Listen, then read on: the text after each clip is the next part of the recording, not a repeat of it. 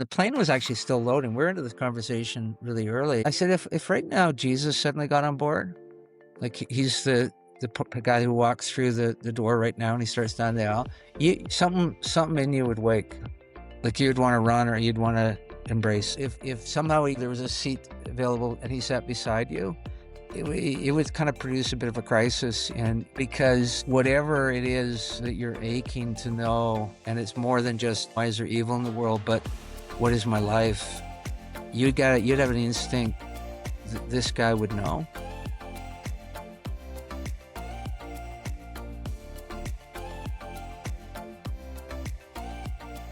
Well, Mark Buchanan, a very special welcome to the Sowers podcast. It's great to have you on, especially as I've heard from others who listen to the podcast who have said, hey, you've got to reach out to Mark Buchanan and see if he'll join the podcast. And so thank you for giving the time and being part of the show. Glad to. Thanks, Matt, for inviting me. Mark, I think a number of people may be familiar with your writing, probably a bit of your professional work. Could you share with us, though, the background to Mark Buchanan? How did you come to know Jesus, and how did ministry become part of your vocational calling, and by that, pastoral work and writing? Yeah, a series of divine pranks, really. But I grew up in a home that was devoid of religious sentiments, affections. My mother, I mean, maybe not devoid. My mother was very interested in Eastern forms of religion, but not in a coherent way. So she really chased swamis. And for about 5 years, she particularly was a devotee of the Maharishi Mahesh Yogi, who founded a movement that was very big in the West for a while called transcendental meditation. And my father was an alcoholic who dried up when I was quite young, but had a fairly kind of pugilistic, like a bit of a combative personality, and was sometimes, depending on his mood, was either agnostic or atheistic. And so that was my home life. And so no exposure. I think my mom in one of her phases did drag me to church a couple times, but that didn't last for her at that point, or for me. When I was 16, my mom had a really radical encounter with the Lord. And I just chalked it up to, she's chased gurus, swamis all her life. This must be another one. But this one was not like another one, and it really took, and I began to see a deep change in my mom.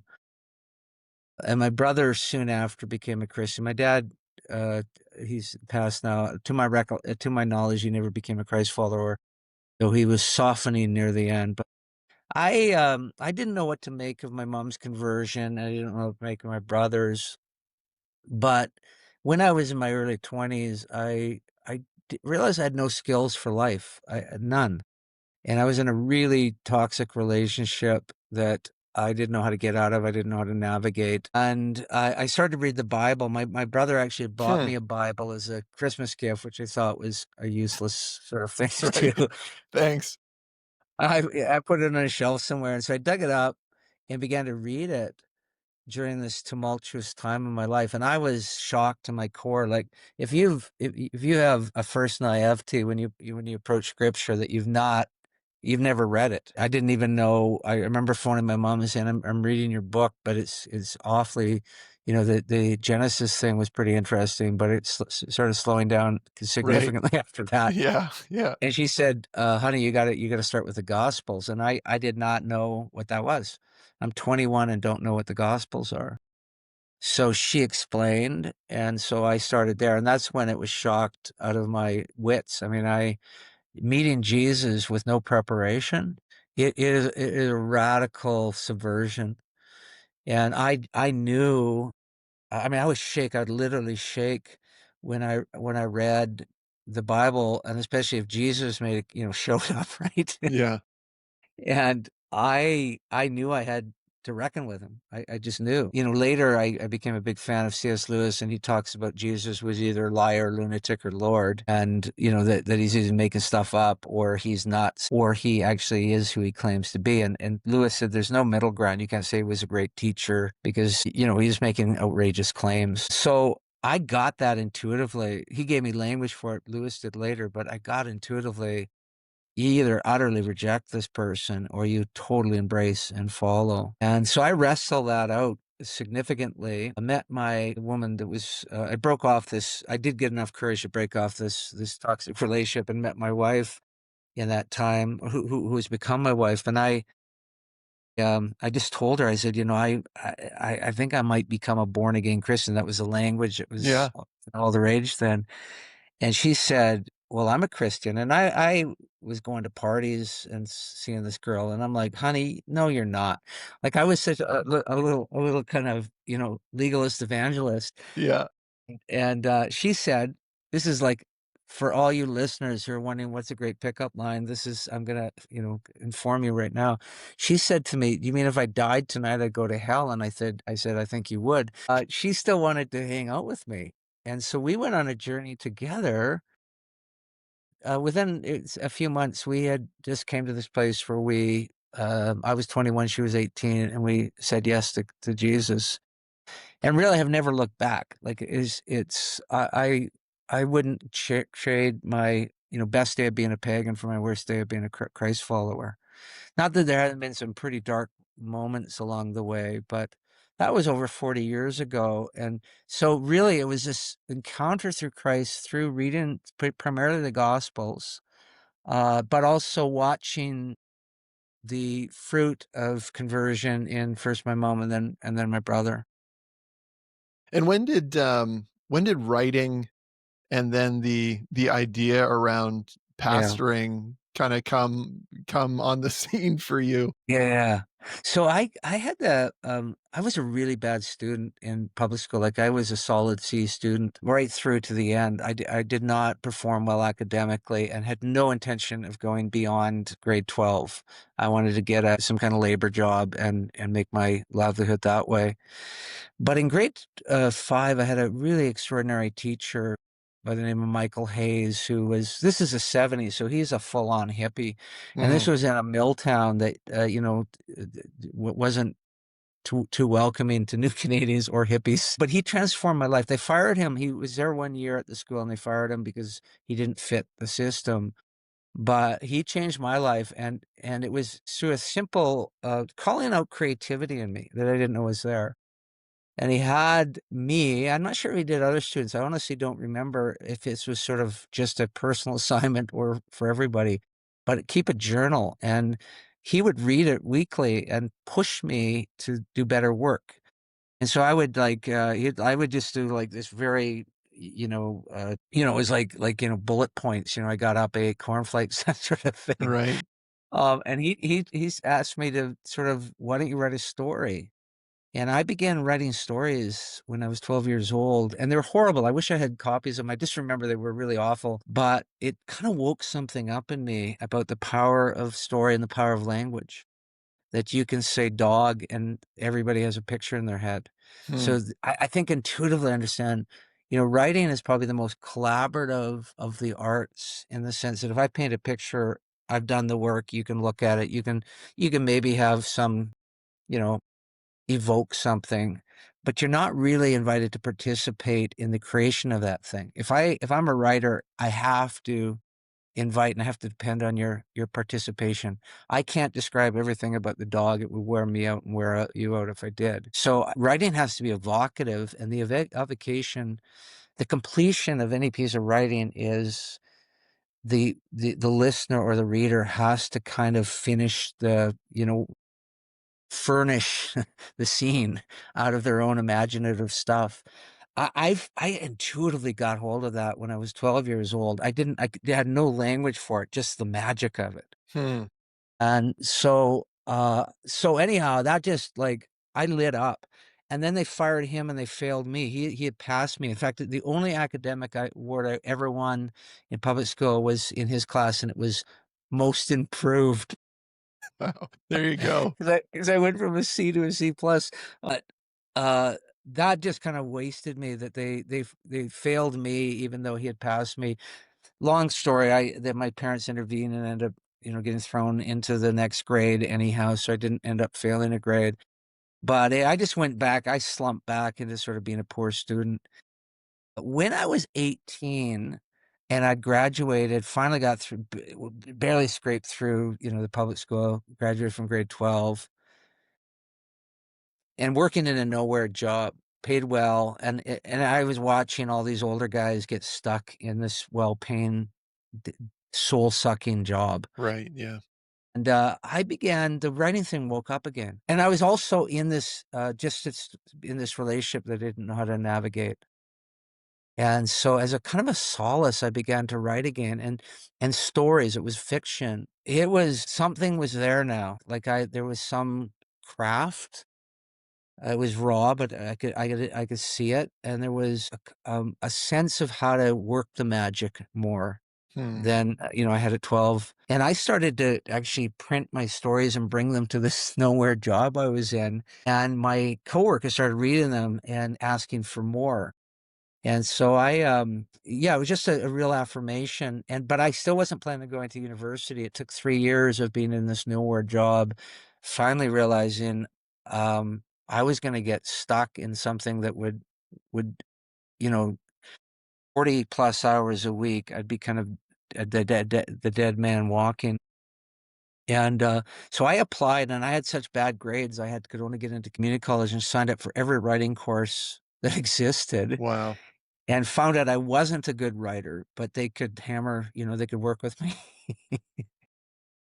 And so yeah, anyhow, what emerged from that is somebody that really started to care about the craft.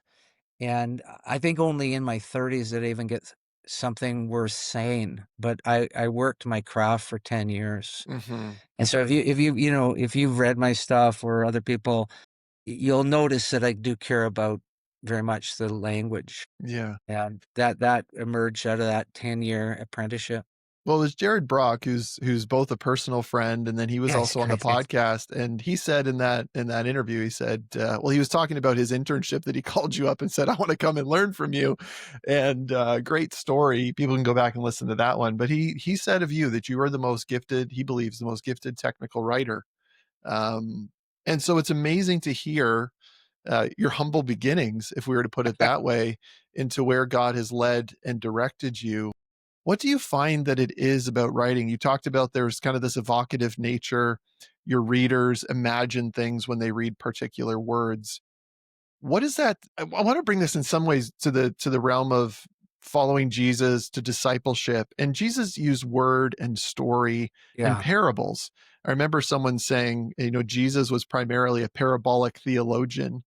What That's is it good. about the written word, about story, that can contribute so much to our imagination Yeah. about the ways of Jesus?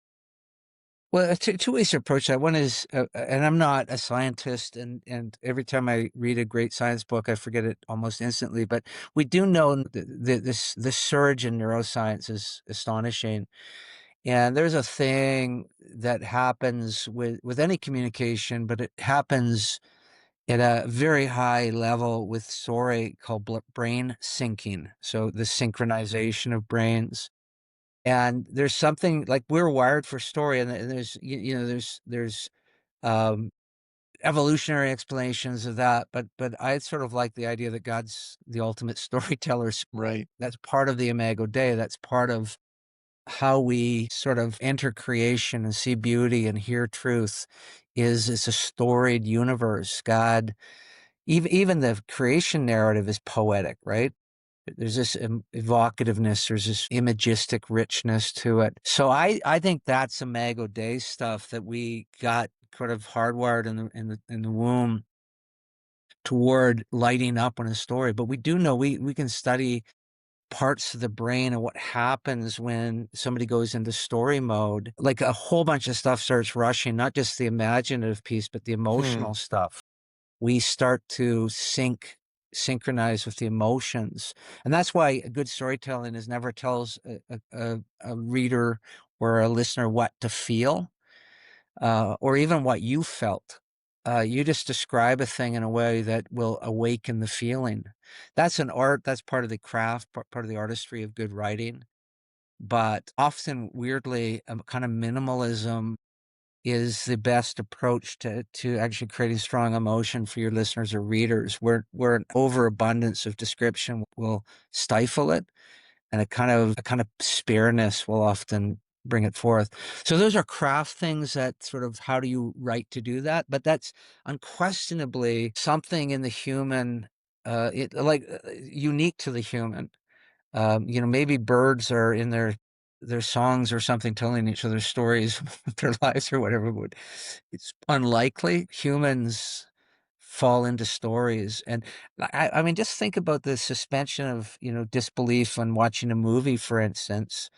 We've seen how they make movies. There's a set and there's lights and there's stop and Hmm. go and all of that sort of stuff. And the camera person is coming around, give another angle on this one. And so we should absolutely be disillusioned about the scene we're watching on the movie or something and know, oh, this is just all made up. And there's a camera over there and a director with his little Yeah. All the clicky technical thing, details. Yeah. all the technical stuff. But no, we'll fall for it every time. We'll just fall for it every time. Yeah. And to me, that just sort of something in the human condition that I would say again is I think the God wiring in us will awaken to participate in, be changed by good story. And that's again when that 12, I just somehow I sense that, and then I spent the rest of my life trying to cultivate some skills around that. I think it's true in communication. I do teach a lot of preaching courses and talk about what is effective communication and is not. Go get up there and give a history lesson because everybody really cares about, what was happening in first century Corinth. Yeah, know that as a preacher, but what you're trying to do is get people to somehow live into that dilemma of the Corinthians or whatever, or that cry of Paul to live a certain way in light of the cultural moment, or et cetera.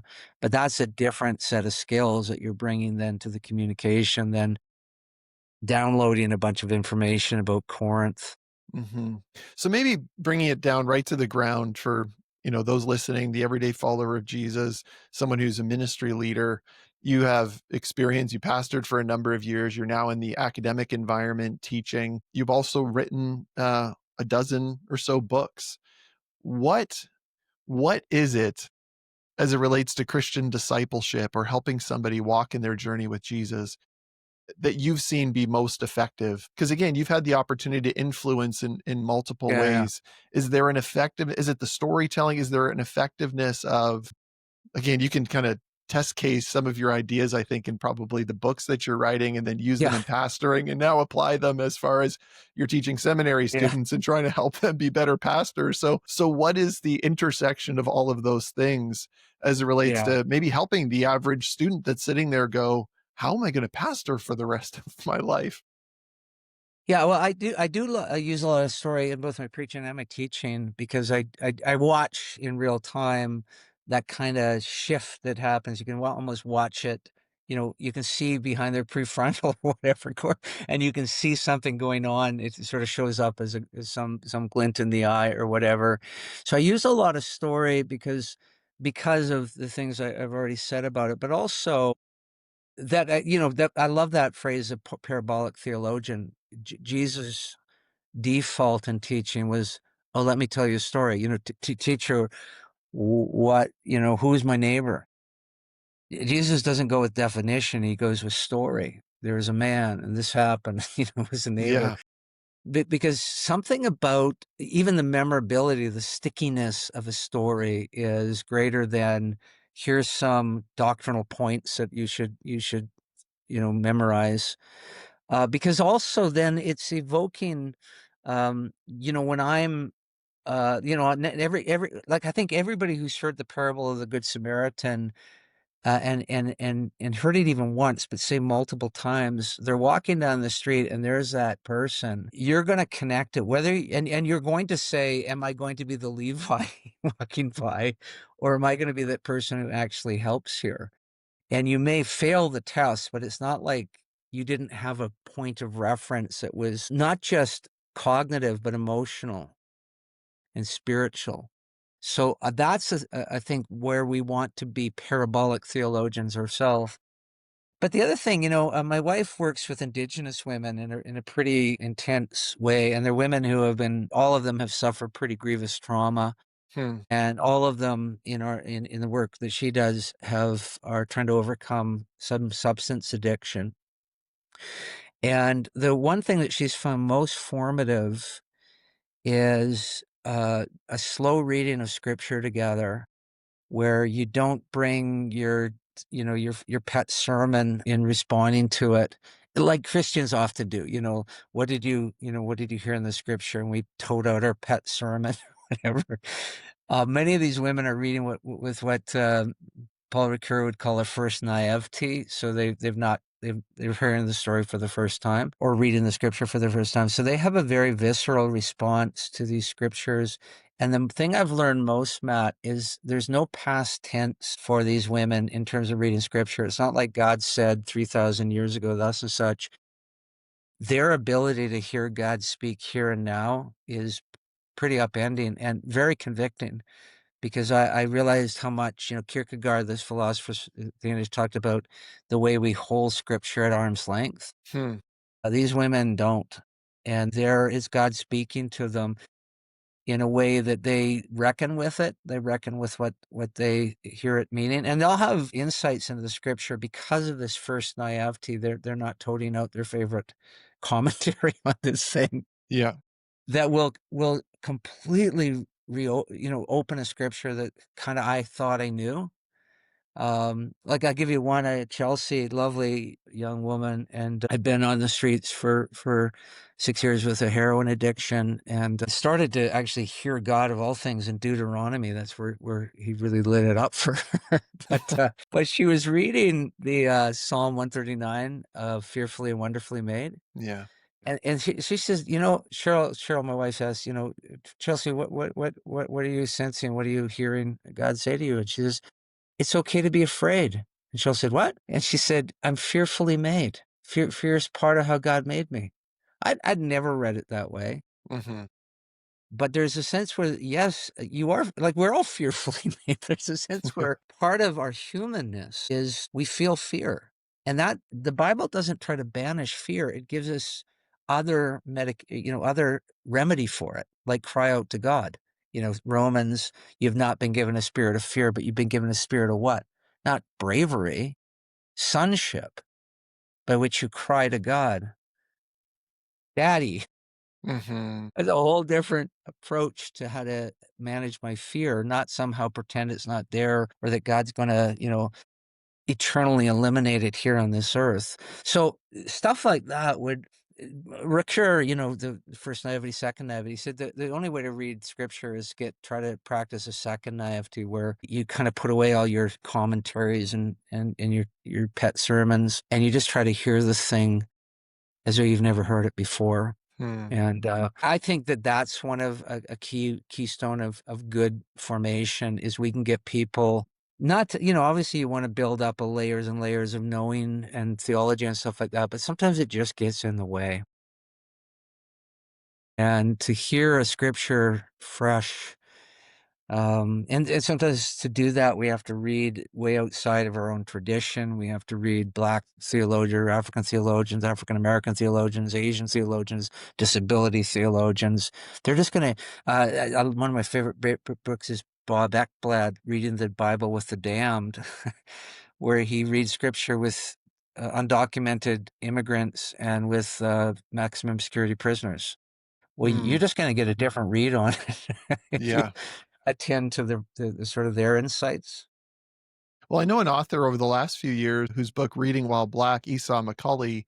Right. I've ordered it, but I haven't read it. Yeah. Yeah, so he talks about from the experience of an African American slave, and just thinking about the history of his ancestors, like the story of the freedom from slavery out of Egypt was seen as a hopeful one, and a great question that I think a number of people looked on and said, how did African American slaves stay committed to Jesus when many of their slave masters were wielding the same book, um, to, in their minds, improperly interpreting it to justify their actions? What was it? And it was Esau does a brilliant job just uncovering and unveiling that, and helping to understand.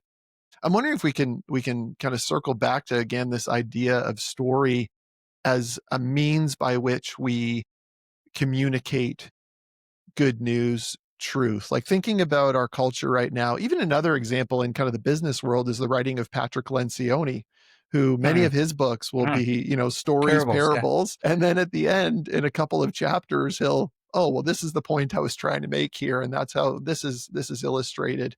But by the time you get to the truth of what he's saying, you've been so convinced by the story as maybe you've related to it in multiple Uh-huh. ways. As you think about the culture in which we live, again, you're as a professor, you're training, but every day you're also living in a community that you and your wife have formed. What would you say to the everyday follower of Jesus? And they're trying to sow the gospel, share and follow Jesus in the places they live, work, learn, and play. Like, what would you want to just encourage them with as it relates to this topic of story and how to engage probably more and more people that live with that naivety as far as any familiarity Yeah. with the Bible or any Yeah. background Yeah, towards yeah, it? yeah. Yeah, it's such a good question. And we've been coached often in terms of giving our testimony, who I was before, then I met Jesus, how that happened, and then what happened after. And I think that's a good narrative line, but it can become pretty mechanistic and pretty Right. formulaic if we're not masterful at storytelling. Um, but I love to talk to the neighbor or the person on the plane beside me about the ongoing difference in my life that Christ has made.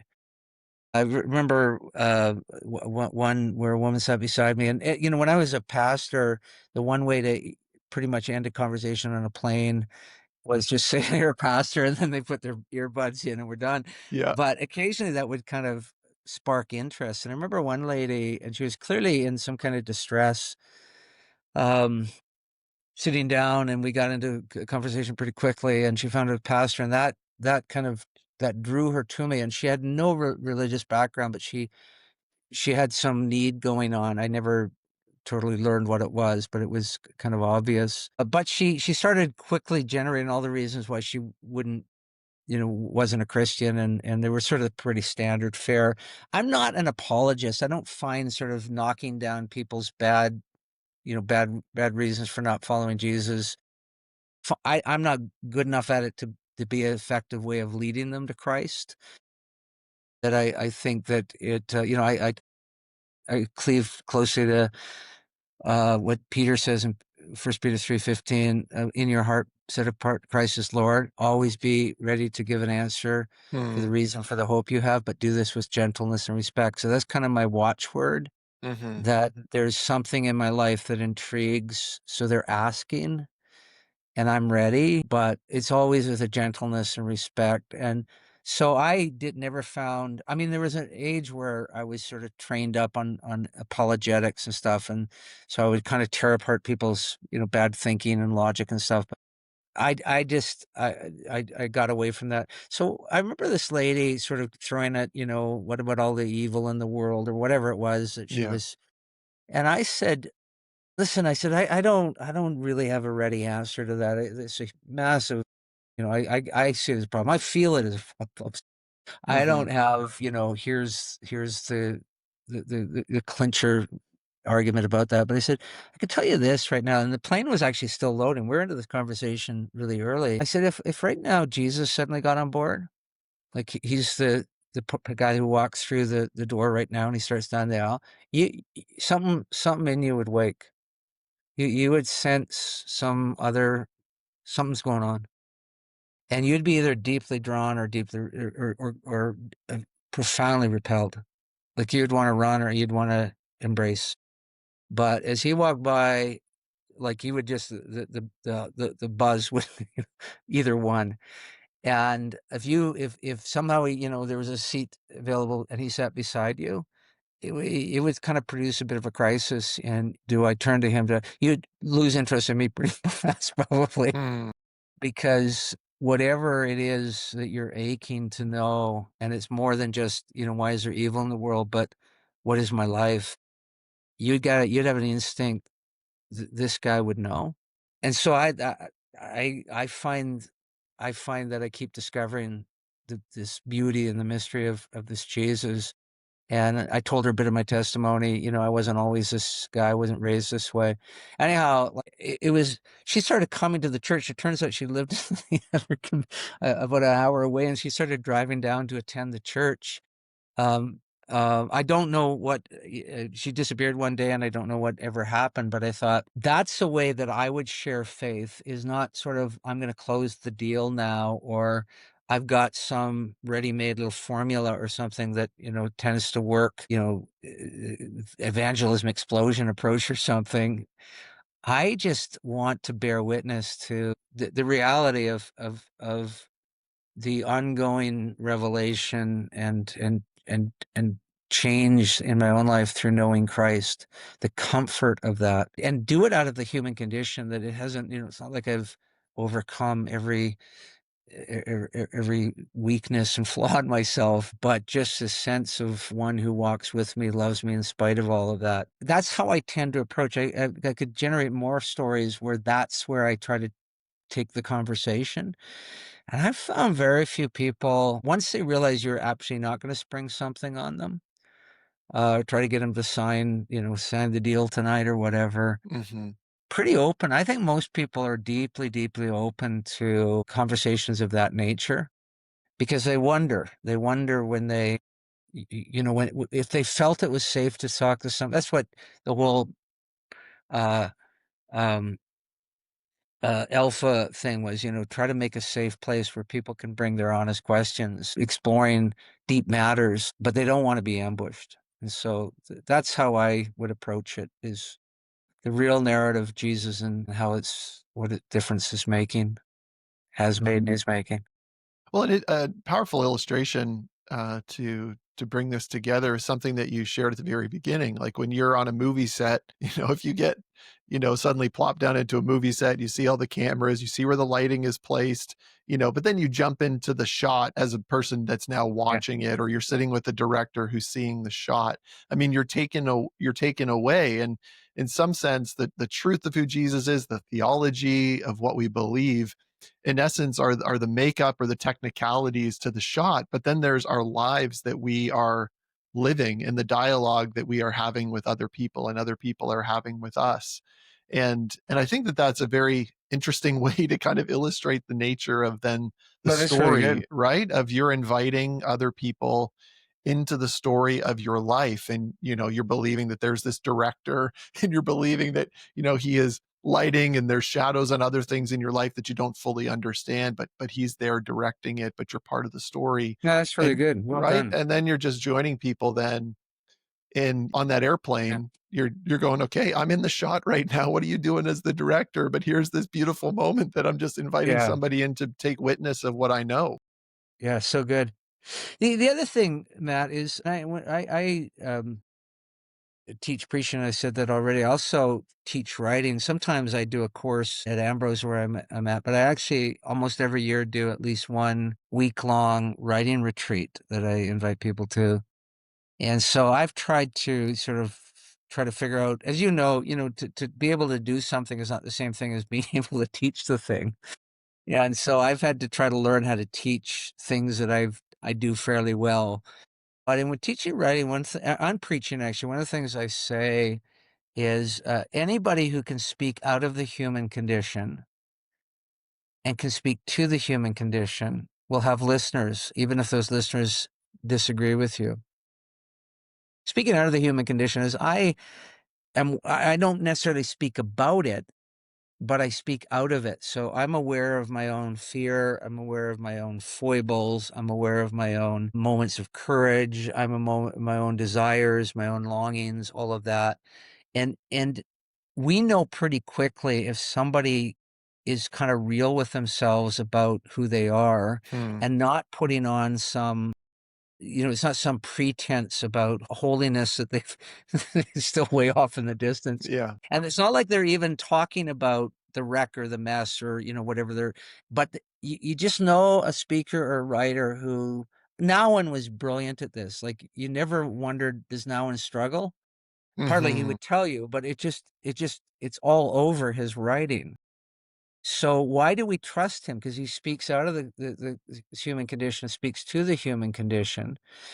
And there's something weird dynamic that if a person, if we're aware of their humanness and their human limits and human flaws, and they're aware of them, we're more likely to trust that person to guide us than we are if somebody presents themselves as all knowing, or all the challenges that have ever come at them, they've conquered them all. Yeah. And all of that's past tense. So that human condition thing is it's a cultivation of a certain way of inhabiting your own space, your own life, but it's also becomes part of the craft of communication in written or spoken, of how do I speak from that place and into that place without necessarily even talking about it. I don't have to talk about it, I'm afraid, but Yeah. I've struggled. I think John the John the Baptist saying, when the religious people ask him, are you the guy? Are you the Messiah? And he just keeps saying, no, no, I'm not him. I'm not Elijah. Who are you anyhow? Well, I'm a voice. And then he quotes Isaiah and he says, I'm a voice calling. And he says calling in the wilderness. And Isaiah actually says calling to the wilderness. So there's a sense where the voice of one who speaks both calls from, they know the wilderness, but they also can speak to it. Mm. And whatever wilderness is, not quite knowing where you are, not quite being safe. So I think if we learn that craft, but it's cultivated too. It's kind of a disposition of the heart. But how do you speak in the wilderness, and how do you speak to the wilderness? If you can learn it, you'll always have readers and listeners, and they may again vigorously disagree with you, Hmm. but they'll want to know what you think about thus and such. It's interesting you bring that up. I've had the opportunity. We do these church planting assessments, so we're trying to come alongside and discern with an individual, sometimes a couple, whether the Lord is inviting them into church planting in the next season. And typically, there are some competency things that are included like that in that, like preaching. And I remember one time, the messages were to be about 15 minutes long, so it's a good test. It's like, what can you say in 15 minutes? But it was interesting. The majority of the messages would oftentimes be quite theology heavy, if I were to put it that way, like heavy on theology. And, then the person would kind of finish. And I remember one of those that, like myself, was sitting and kind of just began to ask some questions afterwards. And they just asked this one question. And I think this illustrates what we're talking about well here, where he said, could you tell me what difference what you just said has made in your life? Wow. And the person said, over the course of 30 seconds, this is the difference that this has made in my life. And he said, you had me more in those 30 seconds 30 than you seconds. did, the entire 15 minutes that you were given to give your message. And it wasn't to illustrate like, hey, you didn't need to say any of those other things, but the power of our stories in joining people. Just as we close, Mark, you have this opportunity to invest in what are likely the next generation of teachers, of leaders. What are you encouraged by in what you're seeing? And some of them would be part of like Gen Z, next generation. Others are Yeah, maybe more senior students or senior in life who yeah. are coming back to learn. But what are you getting most excited about as it relates to this topic of communication and storytelling? Yeah, well, a lot. The number one that comes to just jumps out for me, Matt, is in the 12 going to 13 years I've been teaching, the classroom has changed dramatically with the influx of new Canadians. Now, there's some laws in Canada that are altering that, but to have a classroom where you've got people from Ghana, people from Nigeria, people from Colombia, and this rich mix, and including just how people say the same words, but it sounds different because they're beautifully accented, or it sounds like an accent to me. Hmm. I have one to them.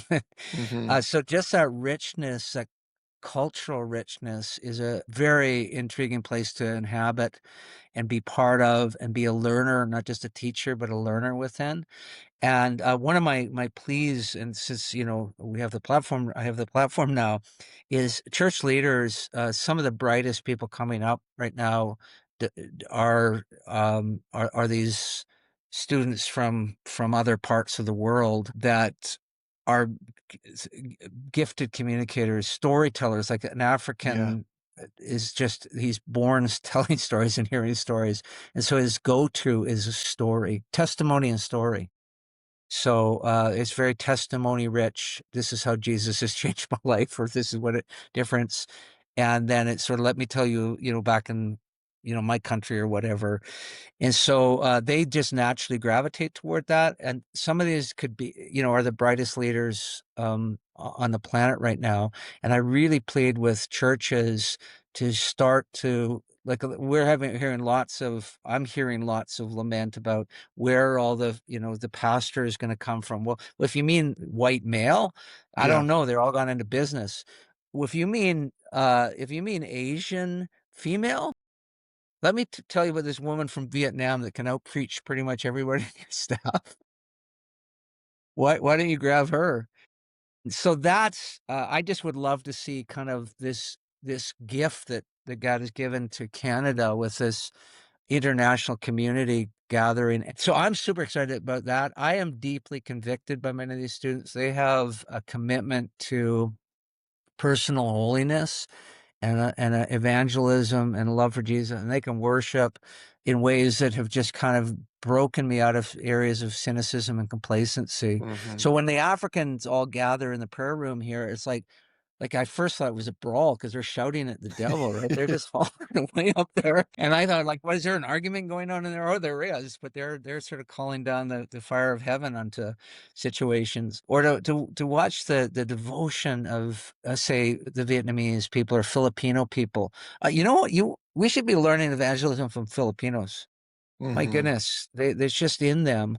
And so I'm very excited about that and also humbled by it because I started fasting again. I hadn't fasted for years, but these African students like fast. I don't know if they ever eat. Like it's Mm. unreal. Their disciplines around those sorts of things. So super, super excited. I think that the church is in very good hands, but I think leaders right now have to be very intentional about welcoming into pulpits, welcoming into staff contexts, people that don't look like them or quite sound like them. Yeah. Mark, I'm really encouraged that you shared that. A lot of my work right now is working with new Canadians that are here and they come as pastors and church planners from other places Yeah. and trying to help them. I wish at times it was easier to get them connected to established, which would be established churches that by and large at times are more white and desiring more of an openness. So I really appreciate you sharing that and completely agree with your evaluation of the situation. And I like how you talked about there. I mean, we've all heard about this kind of leadership vacuum thing and saying, hey, well, maybe if we're looking for this one type, we have a vacuum. But if we're open to what God is doing and who he's bringing, then actually we may not have as big of one as we anticipate. Yeah, we have So, an overflow actually. An mhm. overflow. Yeah, it's not a God problem. Well, Mark, I really appreciate again you joining the podcast. We really didn't get into a lot of your books, but I pray that Thanks. what we did talk about today is a blessing to those that will listen. And we'll have to get you back on the podcast again in the future to explore some other things as well. Certainly love that. Thanks, Matt. Thanks for the good conversation.